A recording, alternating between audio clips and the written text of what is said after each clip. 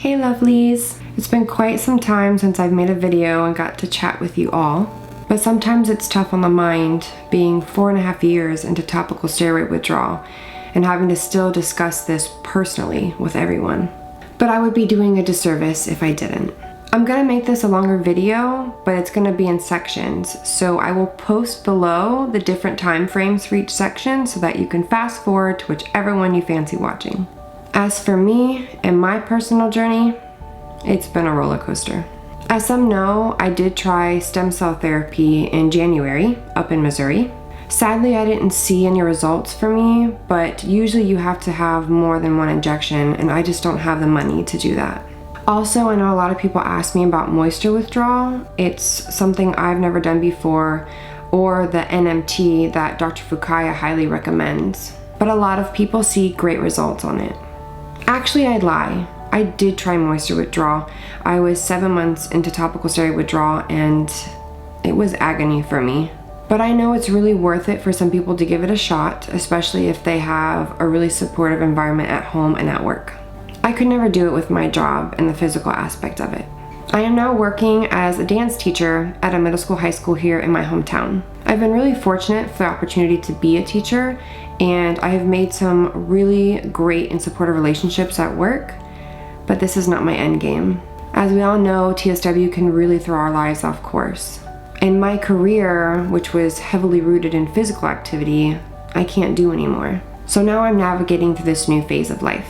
As for the documentary, first off, thank you guys so much for all the support I've received from it. You guys have been spreading it around and it has been amazing. Right now, I'm just pushing to get it out there.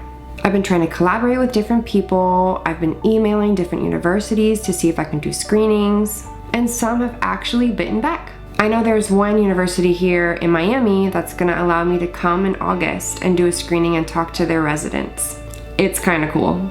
I'm really hoping that this could be a catalyst for other universities to open their arms to this project so that their residents can be armored up when it comes to red skin syndrome. I will never stop working to get this on different platforms and into the right hands so that it can make a difference. I didn't spend 2.5 years making it for nothing.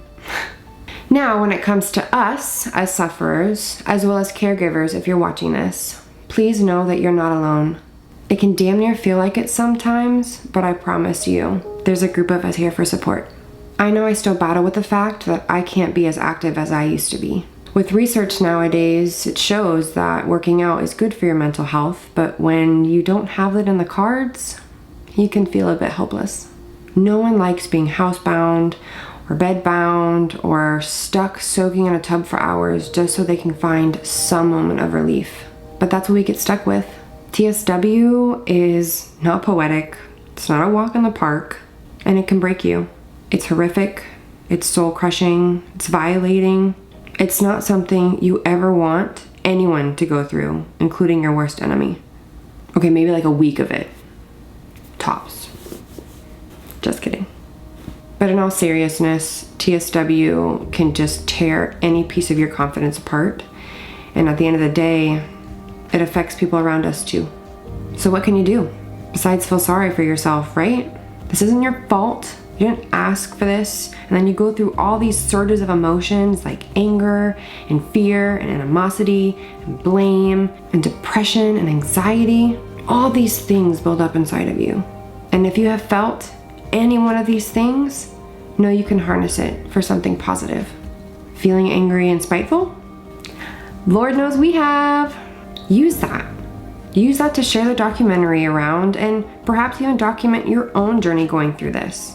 We need videos, we need photos, we need evidence to continue these TSW conversations.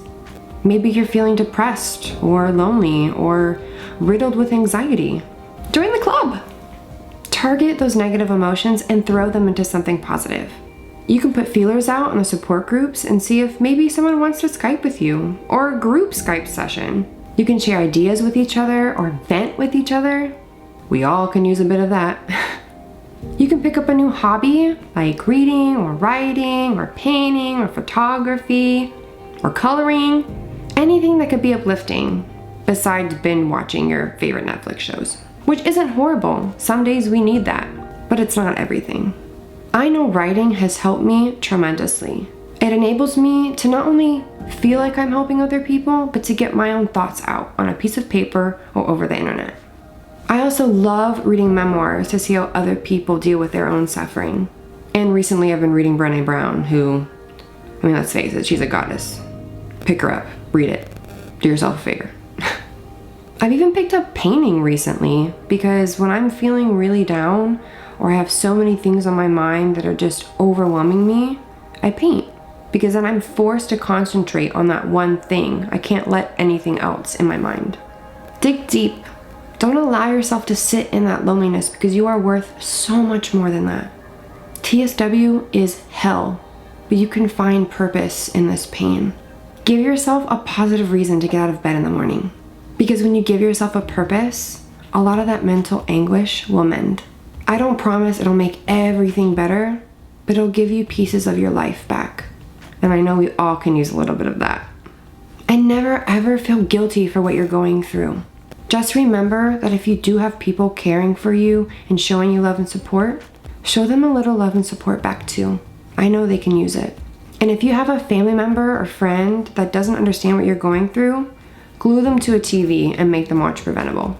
I guarantee you they won't be able to ignore what they just watched. And as for myself and ItSand, we can always use your help. ItSand is the International Topical Steroid Addiction Network. It's our badass nonprofit that has been fighting for us for so long. I know for myself, just sharing the documentary is massive for me. That's the hugest help you could give. I also still have my GoFundMe open if anyone wishes to donate, but I would rather your money go towards ItSand. Kelly and her team have been working like crazy to get our voices heard. They're gonna be at the big expo in Arizona this month, and Kelly just came back from Milan talking to a bunch of reps all around the world.